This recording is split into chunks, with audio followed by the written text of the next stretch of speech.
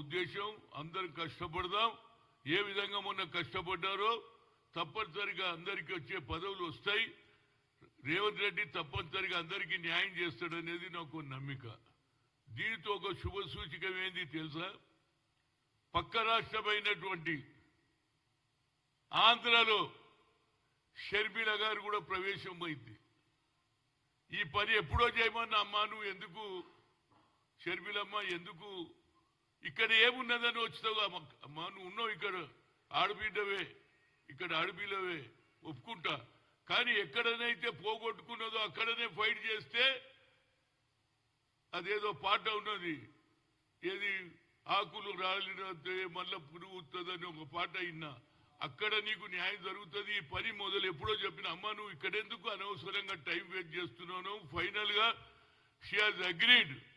And నేను అనుకుంటాను రాహుల్ గాంధీతో కలిసి ఆంధ్రలో కూడా కాంగ్రెస్ వచ్చేసరికి అందులో రాజశేఖర్ రెడ్డి ఒక మంచి ఉద్దేశం ఉండే, రాహుల్ గాంధీని ప్రధానమంత్రి చెయ్యాలని ఆయన ఆలోచన ఉండే కాబట్టి ఆ బిడ్డే ఇవాళ బాగా పనిచేస్తుంది, చేస్తుందని నమ్ముకున్నది.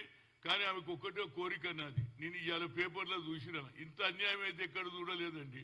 మహిళల మీద 8 మంది దౌర్జన్యం చేయడం, ఆమె ఫస్ట్ విజిట్ తప్పనిసరిగా ఆ కుటుంబానికి పోవాలి. అక్కడికే నేను మొదలు పెడితే బాగుంటుంది. ఎందుకంటే ఒక ప్రజలలో ఇమేజ్ వస్తుంది, అరే షర్మిల గారు వచ్చారు, ఒక మహిళకు జరుగుతున్న అన్యాయాన్ని ఎండగట్టడానికి, ఈ అన్యాయాన్ని ఎదిరించడానికి వచ్చిందనే ఒక ఆలోచన కూడా ప్రజల్లో మొదలు పెడతారు. తప్పనిసరిగా ఆమె సక్సెస్ కావాలని, అక్కడ కూడా కాంగ్రెస్ బలపడాలనేదే నా ముఖ్య ఉద్దేశం. ఏదైనా ఒక శుభ సూచకం, అక్కడ కూడా కాంగ్రెస్ రావాలనేదే నా ఉద్దేశం. ఎందుకంటే అన్నదమ్ములుగా ఉందాము, అన్నదమ్ములుగా విడిపోదామన్నాం. వాళ్ళు మాకేం శత్రులు గారు, వాళ్ళు మా అన్నలు, మేము తమ్ముళ్ళం. కానీ అక్కడ కూడా కాంగ్రెస్ బలపడాలి అనేదే నా ముఖ్య ఉద్దేశం. అక్కడి నాయకులు కూడా అందరు కూడా ఆమెను కోరుతున్నారు కాబట్టి ఆమె సక్సెస్ కావాలి ఈ కొత్త సంవత్సరంలో. ఆమెకు కూడా నా ఏది ఒక సీనియర్ నాయకుడిగా, ఎందుకంటే వాళ్ళ నాన్నతో ఉన్న నాకు పరిచయం, వాళ్ళ నాన్నను కూడా పిసిసి అధ్యక్షుడు చేయడానికి ఎంతో కష్టపడ్డాను. ఎంతో మంది వ్యతిరేకం చేసినా కాబట్టి ఆమె కూడా అక్కడ సక్సెస్ కావాలనేదే నా ముఖ్య ఉద్దేశం.